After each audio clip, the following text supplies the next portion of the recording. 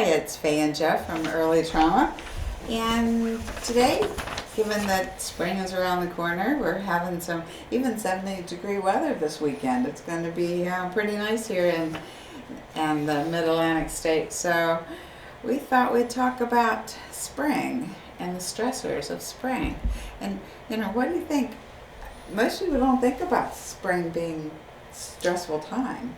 Yeah, in particular, spring seems like one of those times where, at last we're getting some relief from cabin fever, or we can move outside, we can expand a little bit. Yeah. It seems like it should be bringing more fun options for the world. And, unfortunately, sometimes we forget that these holiday changes bring fears for our children, too. Yeah. Traumatized children. And it's, for most of us, as you said, we're experiencing more freedom. It's like the world is brighter. Mm-hmm. And then for our kids, it's like, well, don't you know it's stressful to have spring coming? So, well, that's if they notice it. They probably don't even recognize it. So, I figured what we wanted to talk about today was how, some of these increased control battles and arguments occur because of these changing seasons that, normally we wouldn't think of as stressors, and yet in the life of a traumatized child they are. It takes me back to my days when I was in training to be a therapist. One of the terms was make the unknown known. And that's kind of what we're doing here, is we're helping our kids express something they didn't even know was going on. Exactly. And how many times thinking back to my days of being a foster adopt mom, did I even think about it? Did I acknowledge it? Looking back at those days, I had quite a few traumatizing moments, but I just never a shortage of those. No. I say this all the time, and I'll say it again for today's presentation.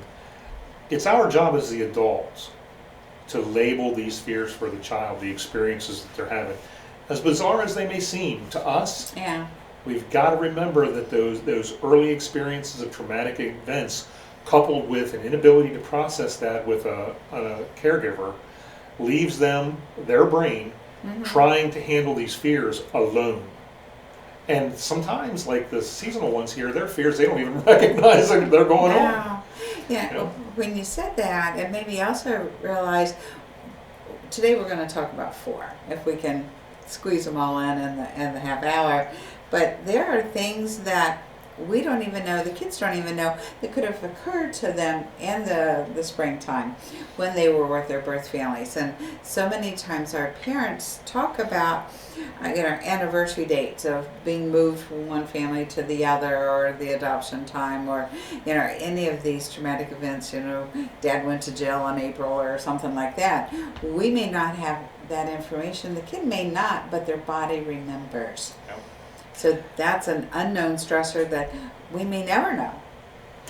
Worked with a child one time who was able, and the parents did have some history, and what they said was, the child became homeless in this, or the family actually became homeless in the spring. So as things began to warm up, they left the abode where they were living, where they weren't getting along with the owners, etc., and they started camping out in a local park.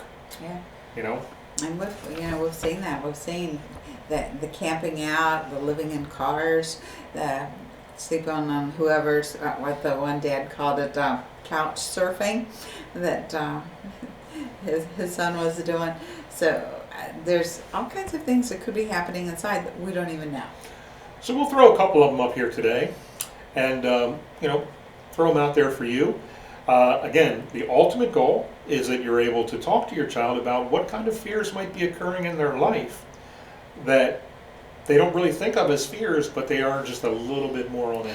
Yeah, the first one we've got is longer days, and for us, we've got a farm, and longer days means longer work hours. And then mix in there a time change too. Oh, the time change coming up here in the Mid-Atlantic states in 2022. So let's talk about. Let's start off with the longer work hours. The increase as we turn over here. There's kind of an increase in chores, outside chores, isn't there? Oh yes, just for us, and the huge amount of mowing that needs to be done. You have to clean the yard, the fields up just to get the mowing done. Well, who do we ask to come outside? Ask them to help, give us a hand, catch the thing.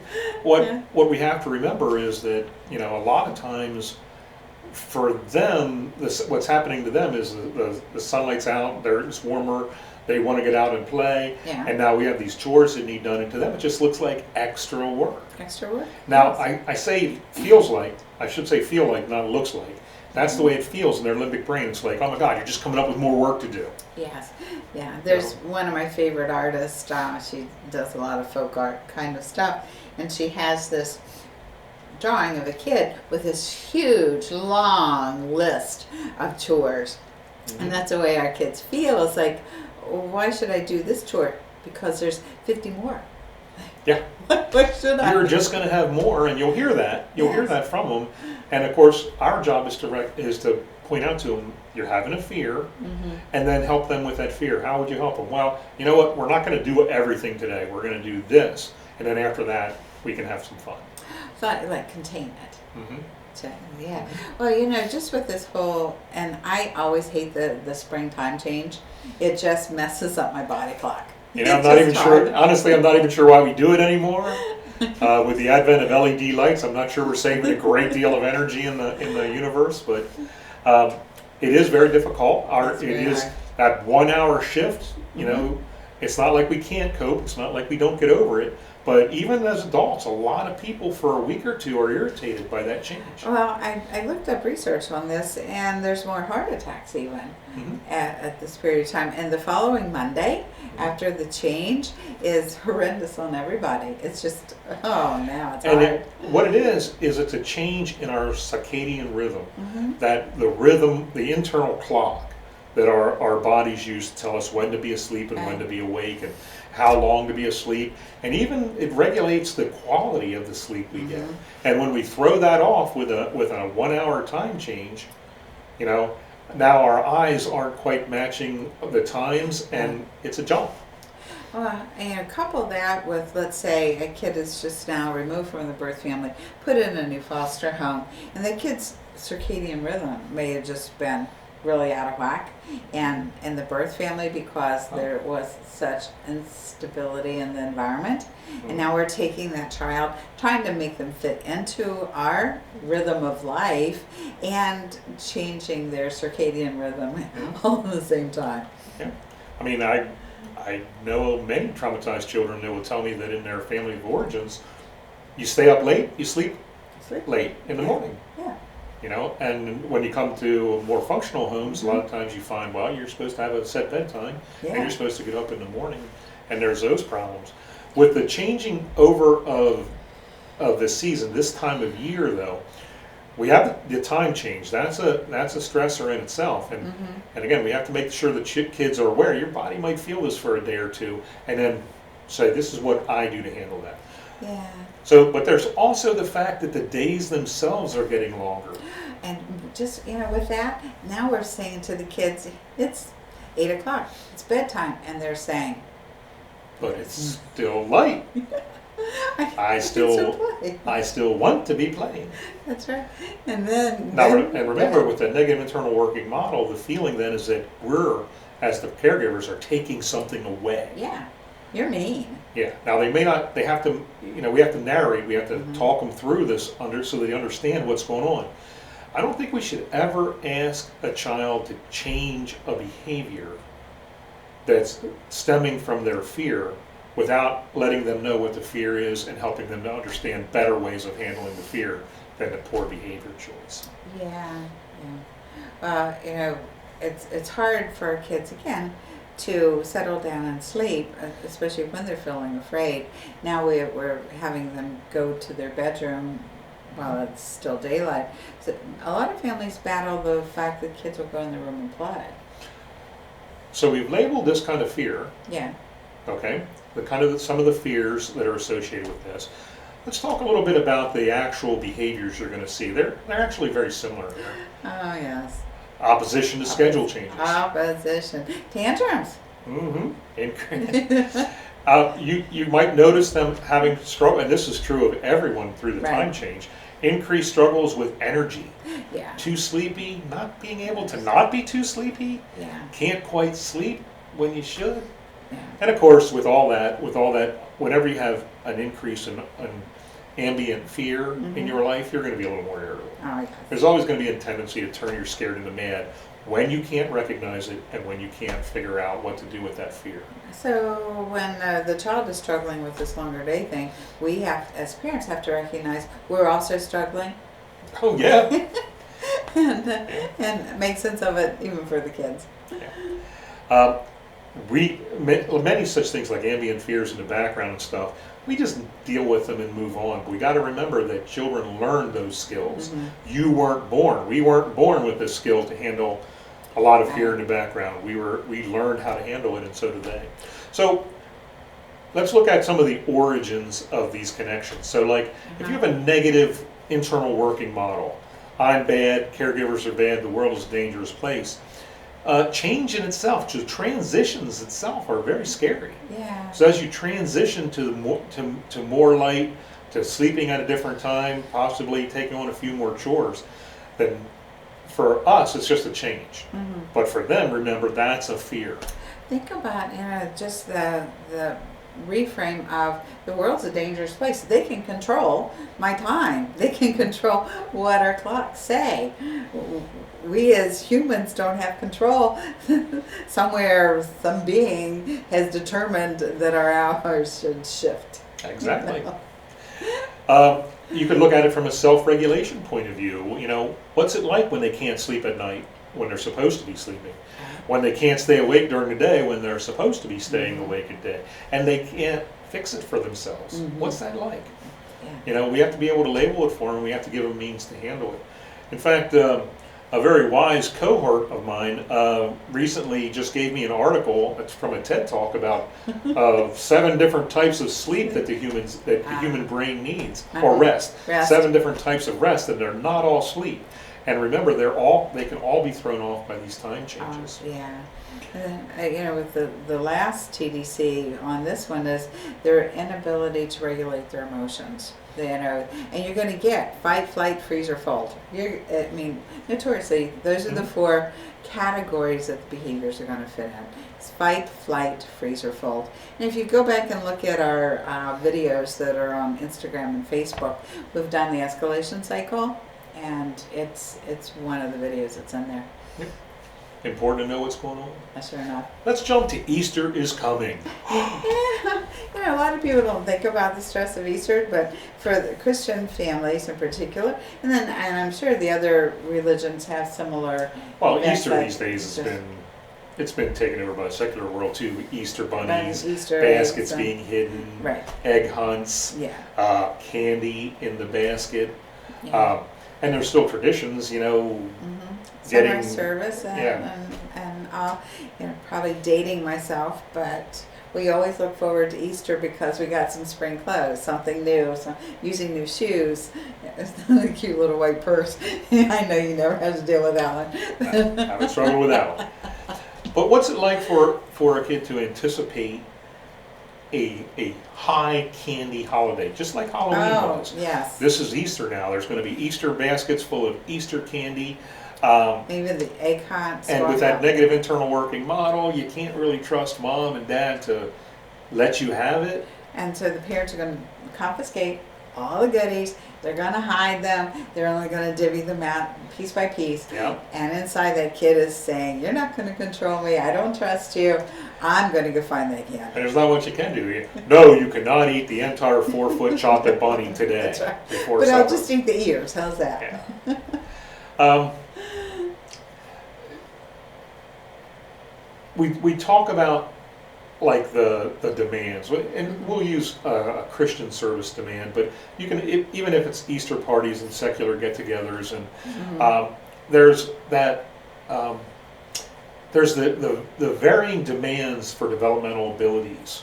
To be all excited about the Easter egg hunt, or even if you go to the early service, the sunrise service or something, then you have to stay awake and go to another service or go to grandma's and have Easter dinner.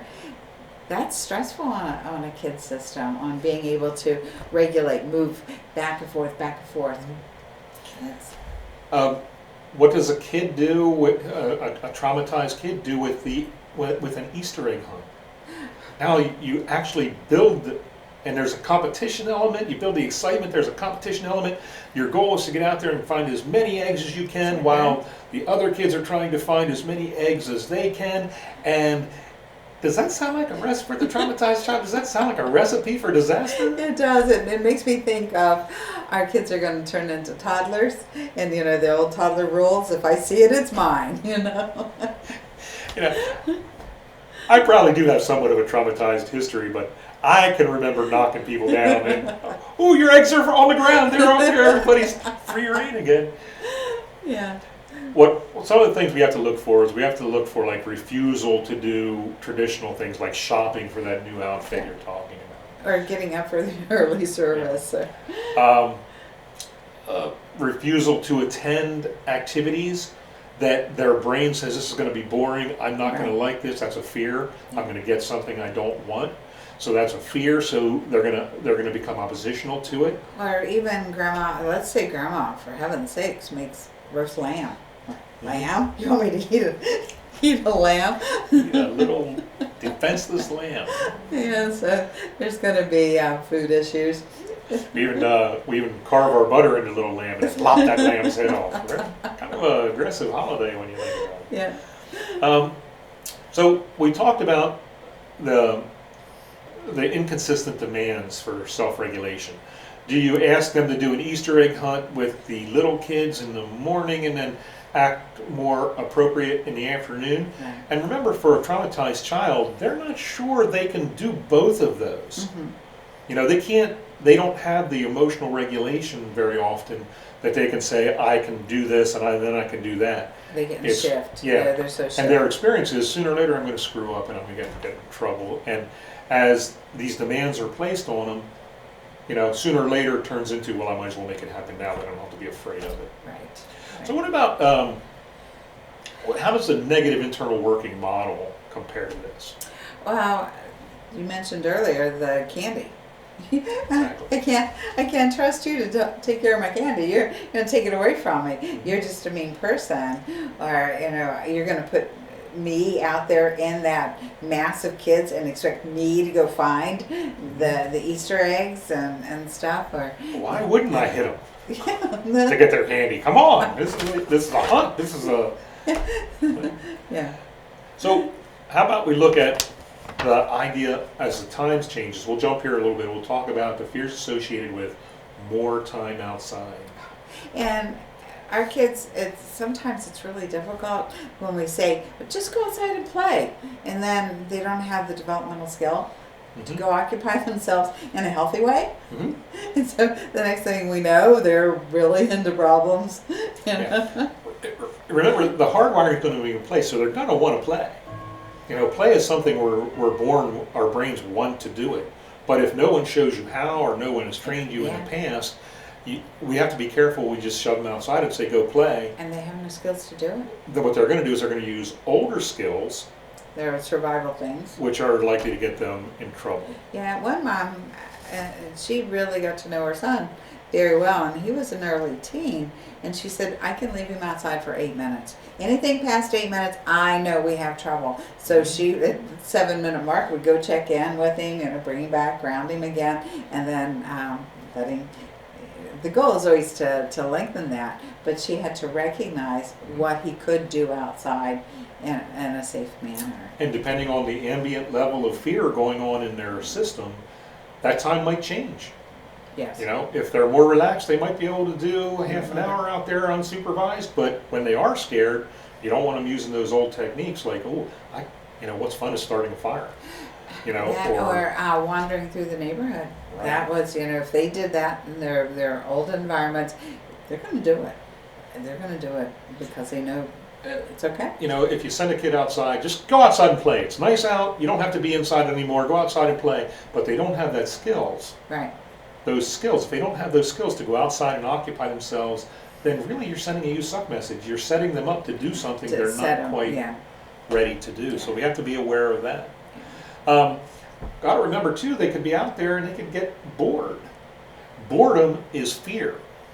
Remember, early trauma often happened at a time when children's brains were growing at 1 million neurons a second, and they needed stimulus. They needed input that they weren't getting.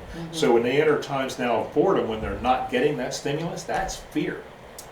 We just think, oh, there's boredom, you should be able to handle a little bit of boredom, or find something to do. But we have to remember, we have to be able to narrate for them. That's fear.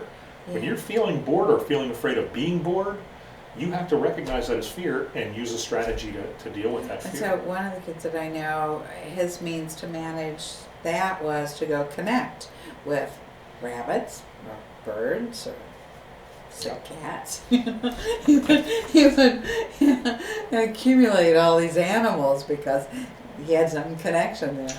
So this is the fear of being outside, a little bit less supervision. Yeah. And remember, this is not just a fear for the child, this is the fear for parents too, because Oh yeah. we want them to be out there and playing, but at the same time we're a little worried when we don't talk to them. Some of the behaviors that come from this. Oh, just sometimes in isolation, they'll go hide. I can't go outside, or they'll go outside and hide. I've had kids that go because they're expecting the parents then to go seek. It's actually an attachment behavior, and we don't want to go down that road right now. But they will isolate, hide, withdraw. You look out the window, you can't find your kid, which is terrifying. And you go out and call and they don't answer And they don't because answer. they're actually intentionally hiding to draw you in. Out, So it yes. feels comfortable to draw you in even though it's scaring you at the Yeah. moment. One kid said to his mom, "I was thinking that you would come and rescue me." And that was just, he was able to put it into words, but we don't really understand what's going on in their brains unless we work on. Here's one. What's that? Problematic behaviors around new activities. Well, so many times our kids don't have the skills. They can fake it, but they don't make it. They can fake it, but Why don't you just go out and play ball? Next thing you know, that ball's coming through the, the living room window. It's like, why did you hit towards the house? I know one kid, he egged the house. A lot of times in these situations, we think, "Oh my gosh, they should know better. They should be able to not make They these should, decisions, yeah. and they should be able to think clearly about this." And what we got to remember is, maybe they should if they hadn't been traumatized, but since their brains learned to handle things at a reduced level just to make themselves feel a little more secure, it's easier to hit towards the house than it is to hit away from the house. So let's link that up with our last one, since our time is fleeing so quickly. Spring sports. So many times we have these expectations that it's good for our kids to be in a team sport, but it's that same thing. They don't have the skill Correct. to be in that team sport. So you're going to see, obviously you're going to see avoidance of self-care. Mm-hmm. Why? What? There's only one mud puddle out there. How did you possibly hit it? I worked hard. With all ambient, so these are ambient fears, so with all of these, there's going to be increased tantrums. Oh yeah. Increased and oppositional. disrespect. Oh, they talk back. Mhm. It's really hard. We're asking kids to do things they're not developmentally or emotionally stable enough to do. And if we go back to the TDCs quick, self-regulation, they're relying on older, less functional self-regulation skills. Yeah. Skills that are usually used, the older self-regulation skills are usually focused around causing the caregivers to feel fear, which draws them in. Yeah. So if we don't talk Right. about these things that are going on ahead of time, we can expect them to have behaviors that are going to scare us and draw us in. Yeah. That's like the boy said to his mom, "I thought you would come to rescue me." That was his behavior, and the parent had no idea that that's what this behavior was intended to do. So we're gonna wind it up here for today. Yeah. We're gonna be putting these together in a newsletter and sending it out. If you'd like that newsletter, Go to the website. go to the website earlytrauma.com and sign up for it. Yes. In addition, we'd like you, if you're aware, because this is a very short list, and we'll have a few more on the newsletter. Yeah. But we'd be interested in hearing what kind of triggers you've experienced at this time of year from your children and what kind of behaviors you got from it. Yeah. And another piece just on that, sometimes our parents come from traumatized backgrounds and this may have some meaning to them. It's like, oh, yeah, I remember, I remember, having to shop for a new outfit for Easter and my new mom always picked out things I didn't like and that kind of stuff. But, send us your list.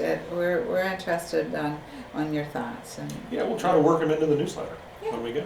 yes, we thank you very much. And Facebook is next at 1:30. And all these videos are stored on Instagram and Facebook as far as we know. So check them out and check out the website. Thanks lots. We'll actually put this one in the In Newsletter. newsletter. Yeah, Yep. we will. All right, thanks. Bye now. Bye.